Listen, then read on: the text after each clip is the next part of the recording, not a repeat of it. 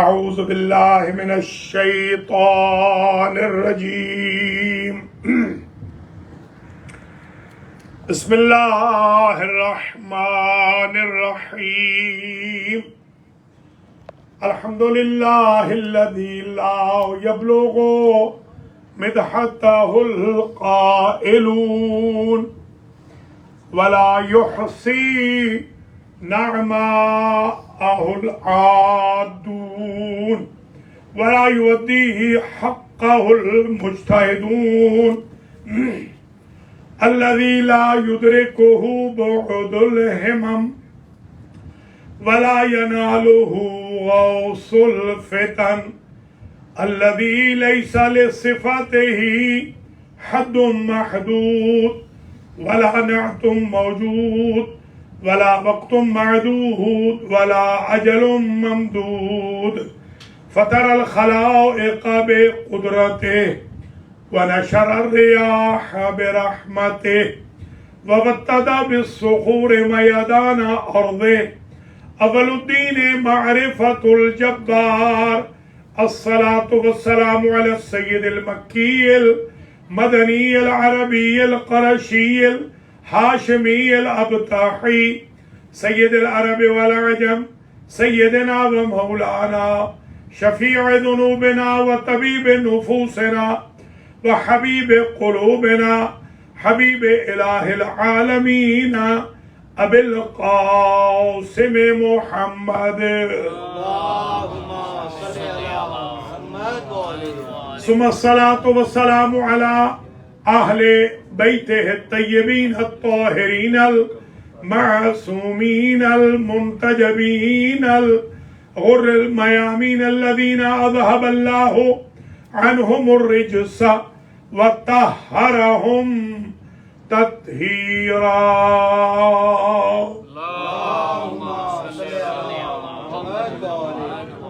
سيما سيدنا ومولانا ومقتدانا سيد الشهداء أبي الأحرار ابن سيد الأبرار الحسين بن علي وسائر شهداء كربلاء ولا سيما إمام زماننا هذا روحي وأرواح العالمين لتراب مقدمه الفداء عجل الله تعالى فرجه الشريف اللهم صل على محمد واللعنة الدائمة الباقية الوافرة الكثيرة التامة المتواترة المتوالية على أعدائهم وظالميهم وقاتليهم وغاصبي حقوقهم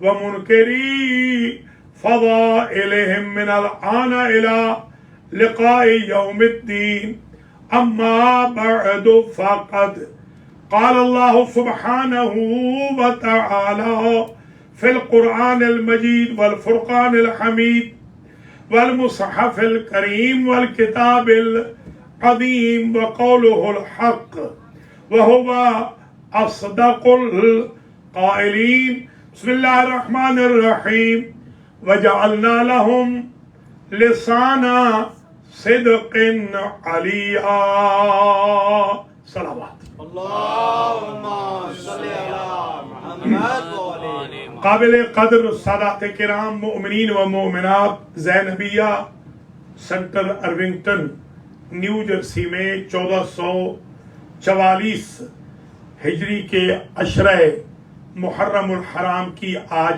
پہلی مجلس عزا ہے۔ سب سے پہلے تو میں شکر گزار ہوں زینبیہ کی انتظامیہ کا، خاص طور پہ بانی زینبیہ جناب نواب آغا مصری صاحب اور مسز نواب آغا مصری صاحبہ اور تمام بھائی بہنوں کا جنہوں نے مجھے عزت بخشی کہ میں ٹوٹے پھوٹے الفاظ امام حسین علیہ السلام کے ذکر پاک کے اس امام بارگاہ سے آپ سب کی خدمات عالیہ میں پیش کروں۔ دعا گو ہوں اللہ تعالیٰ نواب آغا صاحب کو اور مینا باجی کو صحت کلی عطا فرمائے، انتظامیہ کو بھی اللہ صحت کلی کے ساتھ توفیق خیر مرحمت فرمائے۔ تمام حضار محترم جو دور نزدیک سے تشریف لائے ہیں یا لا رہے ہیں، اللہ تعالیٰ آپ سب کو، ہم سب کو اجر و جزا دے، آپ کے مرحومین کی مغفرت ہو، اور یہ ذکر پاک تا قیام قیامت انشاءاللہ جاری ہو ساری رہے۔ حضرات و خواتین، تقریباً اس مجلس کا دورانیہ 40 منٹ ہوگا، اور کل سے انشاءاللہ ذرا حاضری میں اور پہلے آئیں گے۔ آج تھوڑا سا اندازہ نہیں تھا وقت کا بھی اور ٹریفک کا بھی۔ کل انشاءاللہ ٹھیک 6:30 بجے آپ کی خدمت میں یہاں موجود ہوں گے، تو جیسے 7، 7:05، 7:10 تک بھی اگر ممبر دے دیا جائے تو انشاءاللہ 8 سے پہلے ختم کر کے پھر یہاں سے روانہ ہوں گے۔ اور آپ نے بھی اور امام بارگاہوں میں تشریف لے جانا ہے، تو ہم نہیں چاہتے کہ یہ وقت کہیں اور معارض ہو، اور یہی اس کی بیوٹی ہے کہ یہ ٹائم ایسا ہے، اللہ کے فضل و کرم سے اس میں تمام حضرات و خواتین شرکت فرما سکتے ہیں۔ آج پہلی مجلس ہے، جو نہیں آئے ان کو مطلع فرما دیجئے، کالز کر دیجئے، ان کو میسیجز بھیج دیجئے، تاکہ انشاءاللہ زینبیہ کے حالز پر ہو جائیں۔ اللہ کے فضل و کرم سے نیچے بھی بیٹھ سکتے ہیں لوگ، اوپر بھی بیٹھ سکتے ہیں۔ تو آئیے آج ٹاپک شروع کرتے ہیں۔ میں نے یہ طے کیا اس سال زینبیہ میں 10 مجالس سے جو ہم خطاب کریں گے بعنوان، اس عنوان کو ہم رکھیں گے الخصائص العلویہ۔ ان مجالس میں ہم مولا کائنات، امیر المؤمنین، امام المتقین، سر اللہ فی العالمین، کعبہ دین حضرت امام علی ابن ابی طالب سلام اللہ علیہ کہ وہ خاصے بیان کریں گے کہ جو مولا علی میں تو ہیں، کسی اور میں نہیں، وہ ہم خاصے گنوائیں گے۔ خاص میں اور خاصے میں ایک فرق ہے، یہ منطقی اور فلسفے کی اصطلاح ہے۔ خاصہ، خاص اسپیشل، عام کامن، جیسے ہمارے بھائی عام ہیں اہل بیت کی بابت، وہ آئیں مجلس میں یا نہ آئیں کیونکہ وہ عام ہیں۔ ہم آل محمد کے خاص ہیں، خواص میں ہیں، اس لیے ادھر محرم کا چاند نظر آیا، ادھر ہمارے ہاں فرش عزا بچھے، تو یہ ہے خاص۔ فرش عزا کا بچھ جانا خاص ہونے کی دلیل ہے، فرش عزا پہ بیٹھنا خاص ہونے کی دلیل ہے۔ ایک شے ہے عامہ اور خاصہ، خاص میں اور خاصہ میں فرق یہ ہوتا ہے، خاصہ کی جمع ہے خصائص، الف لام آتا ہے تو وہ پرٹیکولائز کرتا ہے۔ خاص وہ ہے جو ایک میں بھی ہو اور کچھ اوروں میں بھی ہو، خاصہ وہ ہوتا ہے جو ایک میں ہو ہر ایک میں نہ ہو۔ ہم اس مجلس میں ان 10 روز میں خواص نہیں گن رہے علی کے، وہ بہت ہم نے سنے پڑے ہیں، ہم خاصے گنیں گے جو صرف علی میں ہے، نہ کسی نبی میں ہے، نہ کسی امام میں ہے، نہ کسی معصوم میں ہے، نہ بشر میں ہے، نہ فرشتے میں، صرف علی۔ الخاصۃ الاولی، پہلا خاصہ، شروع ہو گئی مجلس۔ پہلا خاصہ یہ ہے کہ علی ولد فی الحرم، کوئی بھی خانہ کعبہ میں پیدا نہیں ہوا سوائے مولا کائنات کے۔ یہ اعزاز کسی کو نہ ملا، حتیٰ کہ حضور نے ایک روز فرمایا اوتیت ثلاثا وما اوتیت انا، یا علی کتنے خوش قسمت ہیں آپ کو اللہ نے 3 چیزیں دی ہیں جو ہمیں بھی نہیں دی۔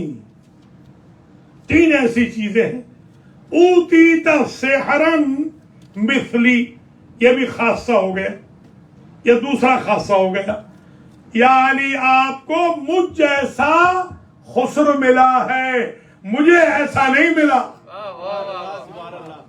آپ کتنے خوش قسمت ہیں کہ رحمت للعالمین، خاتم الانبیاء والمرسلین سید الانبیاء والمرسلین شافع یوم جزا افضل کونین آپ کا فادر اللہ ہے. مجھے ایسا نہیں ملا ہے. ایک اور خاصہ کیا ہے؟ اوتی تا زوجتن مثل ابنتی وما اوتی تو انا، آپ کو میری بیٹی جیسی زوجہ ملی ہے. میری زوجہ جتنی بھی افضل ہو آپ کی زوجہ کا مقابلہ نہیں کر سکتی. فاطمہ تنہا وجود ہے جس کا مقابلہ ان کی ماں بھی نہیں کر سکتی.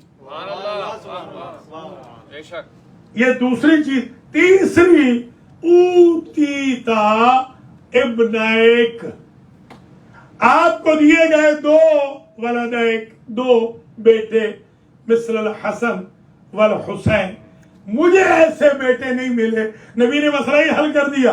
ابراہیم میرے بیٹے ہیں، قاسم طاہر میرے بیٹے ہیں، مگر حسنین کا مقابلہ نہیں کر سکتے. تو جب نبی زادہ علی زادے کے مقابل پہ نہیں آ سکتا، غلام زادوں میں کیا ہمت ہے حسین کے مقابلے میں؟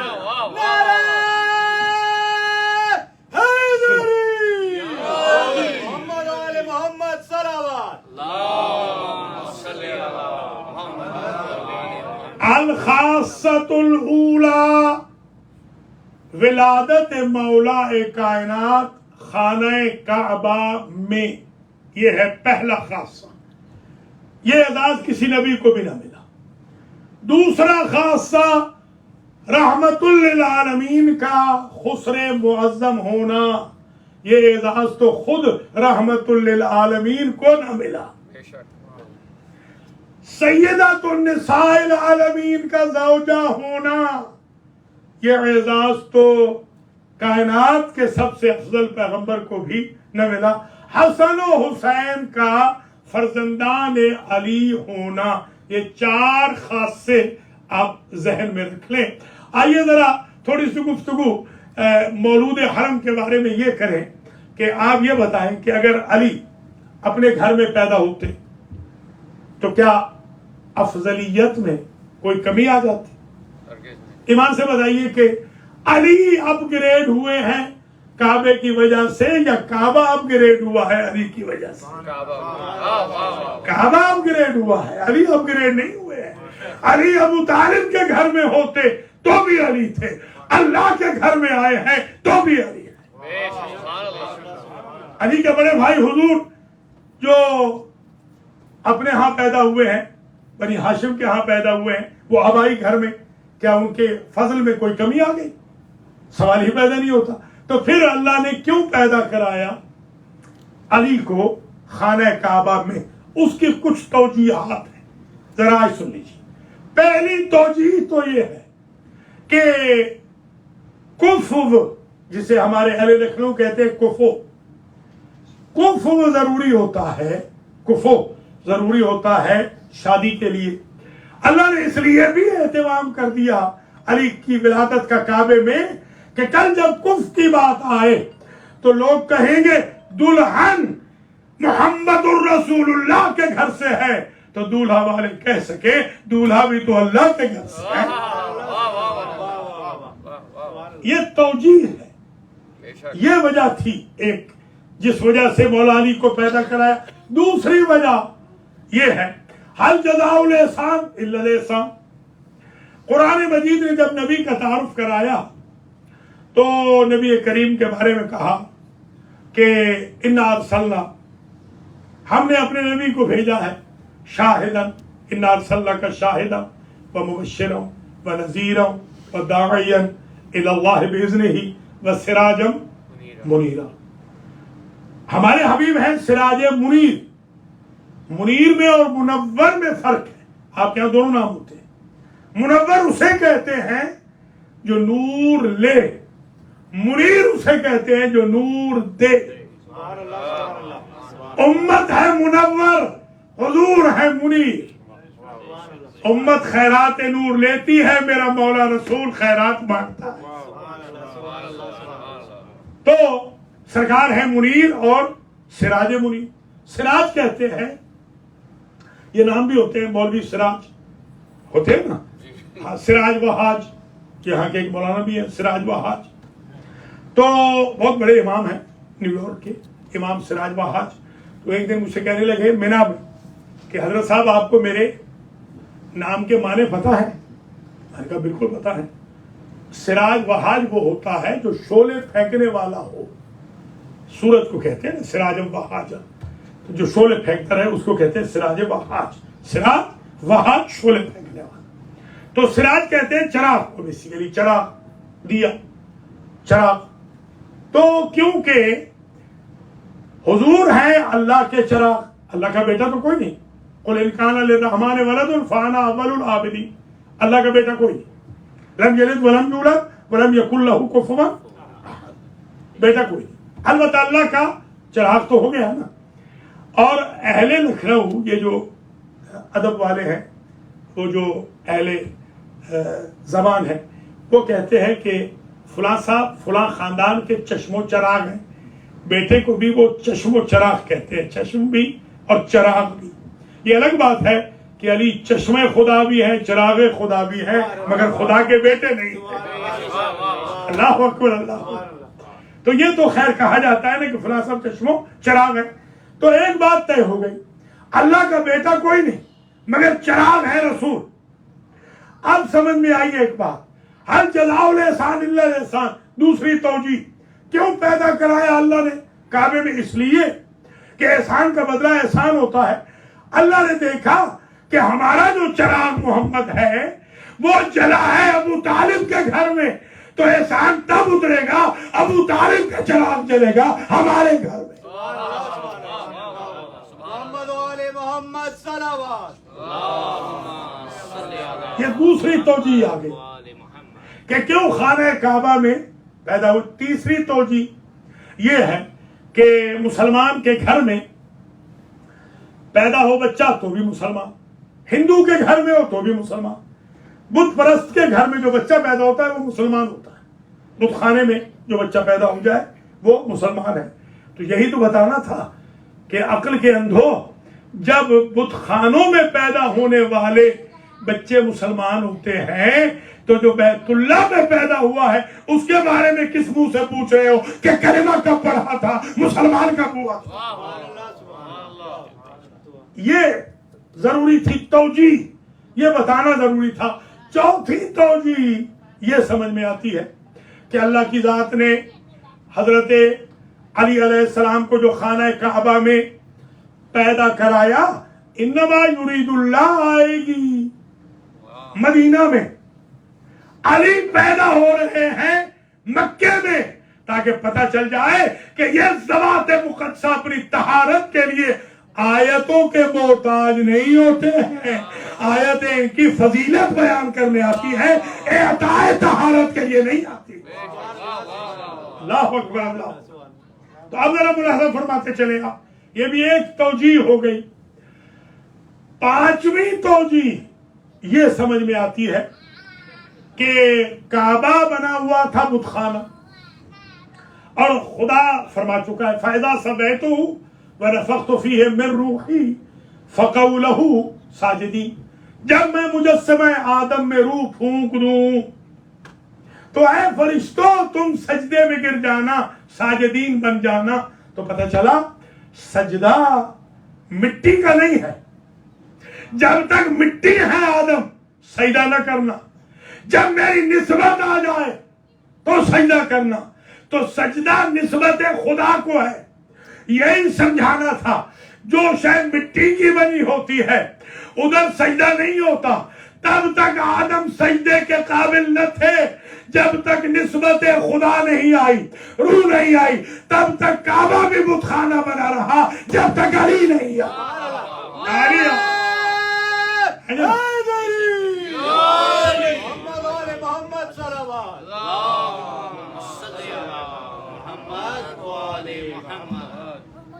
یہ پانچویں توجیہ سمجھ میں آتی ہے کہ خانہ کعبہ میں سرکار کی ولادت کیوں ہوئی.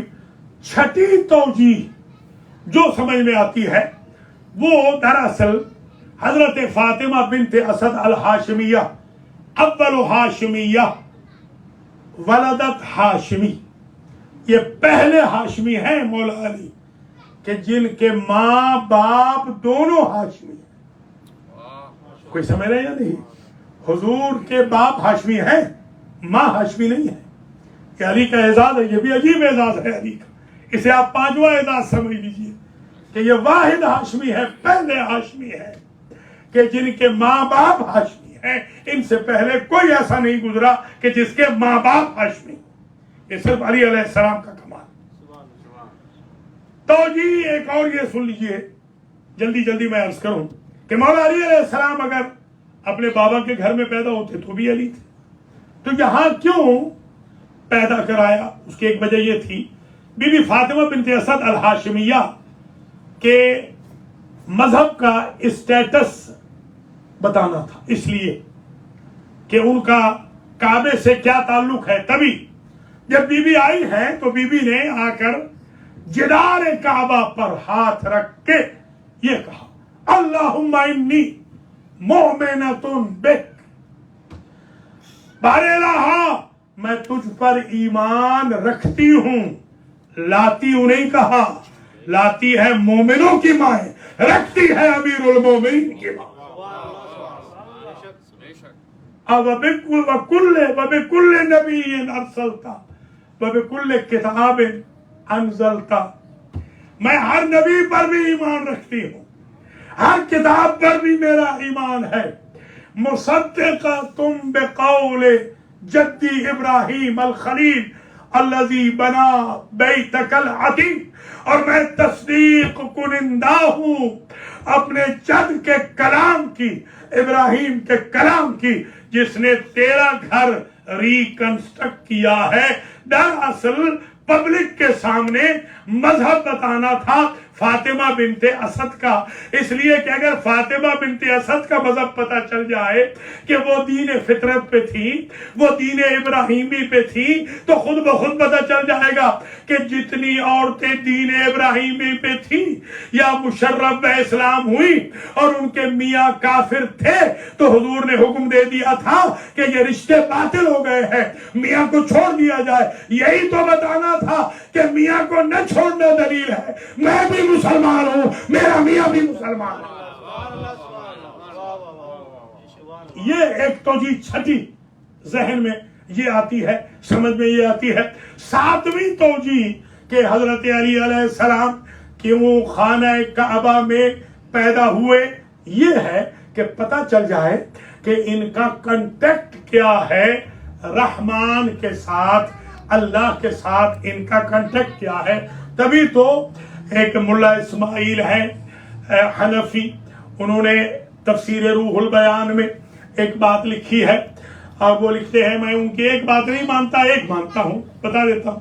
انہوں نے یہ لکھا ہے کہ نعوذ باللہ ثم نعوذ باللہ، علی کی ماں جب بتوں کے سامنے جھکنا چاہتی تھی تو شکم کا بچہ کہتا تھا، شکم کا بچہ، کہ اماں جو اولیاء اللہ کی مائیں ہوتی ہے وہ بتوں کے سامنے نہیں جھکتی۔ یہ بات تو میں نہیں مانتا کہ بی بی جھکنا چاہتی تھی، یہ میں مانتا ہوں کہ آپ کے بزرگ ملا اسماعیل صاحب 40 سال تک بت پوجیں گے، بعد میں مشرف اسلام ہوں گے، اور میرا مولا وہ ہے کہ جو ادھر سے مسلمان آ رہا ہے، شکم مادر میں مواحد۔ مولا سلام محمد و آل محمد صلوات۔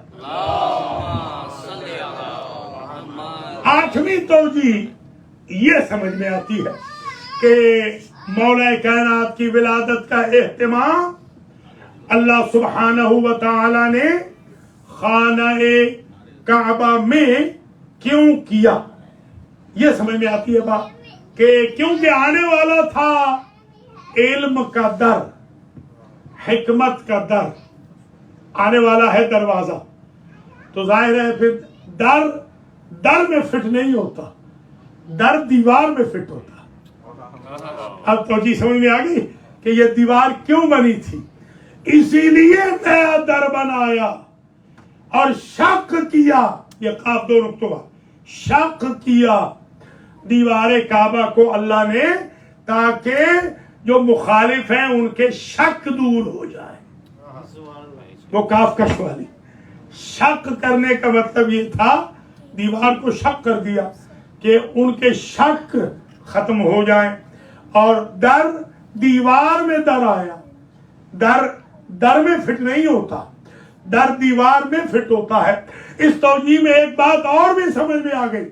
اگر روٹین ویسے آتے، اگر روٹین ویسے بی بی فاطمہ بنت اسد الہاشمیہ سلام اللہ علیہا تشریف لاتی تو لوگ کہہ سکتے تھے کہ ان کا میاں متولی ہے، کنجی بردار ہے.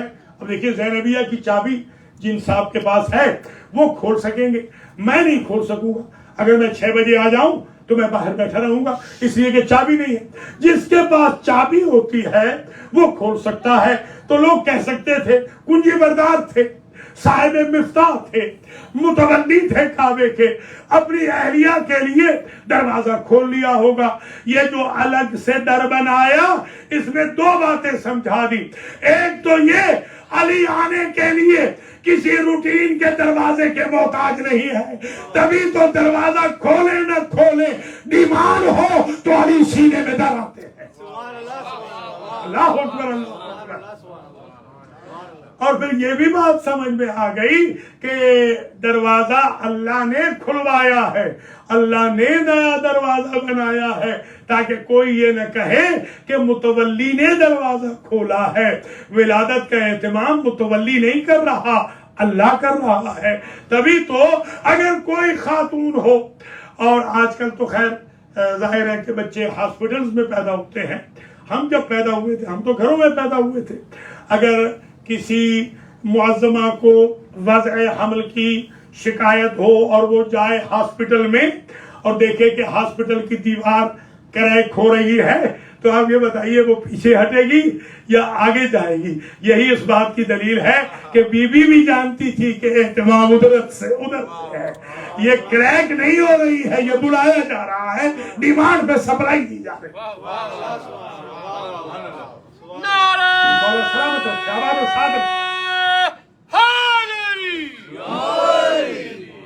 نویں توجیہ یہ سمجھ میں آتی ہے کہ جہاں سے بی بی گئی، عجیب ہے، حضور جب آئے وہیں سے دروازہ شق ہوا.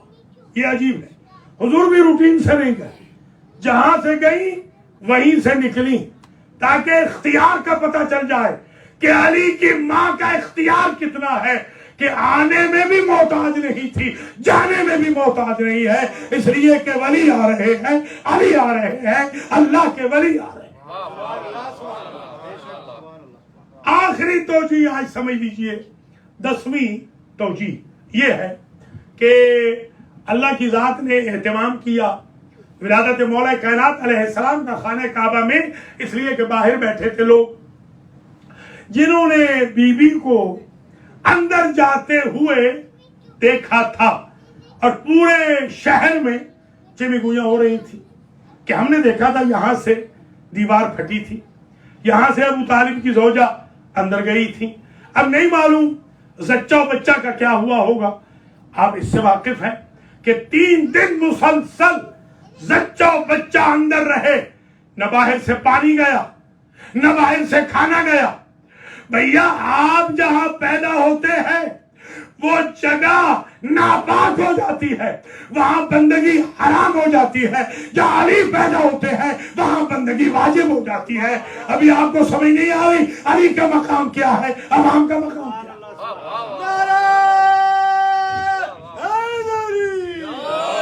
محمد آل محمد صلوات.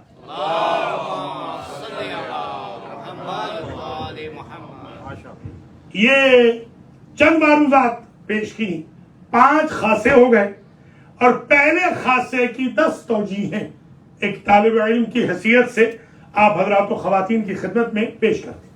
اب ذرا سن لیجئے ایک خاصہ اور، یہ ہے الخاصۃ السادسہ. پہلا خاصہ کعبے میں پیدا ہوئے، دوسرا خاصہ حضور جیسا خسر معظم ملا، تیسرا خاصہ بی بی پاک جیسی زوجہ ملی، چوتھا خاصہ حسنین کریمین جیسے فرزند نصیب ہوئے. اور اسی طریقے سے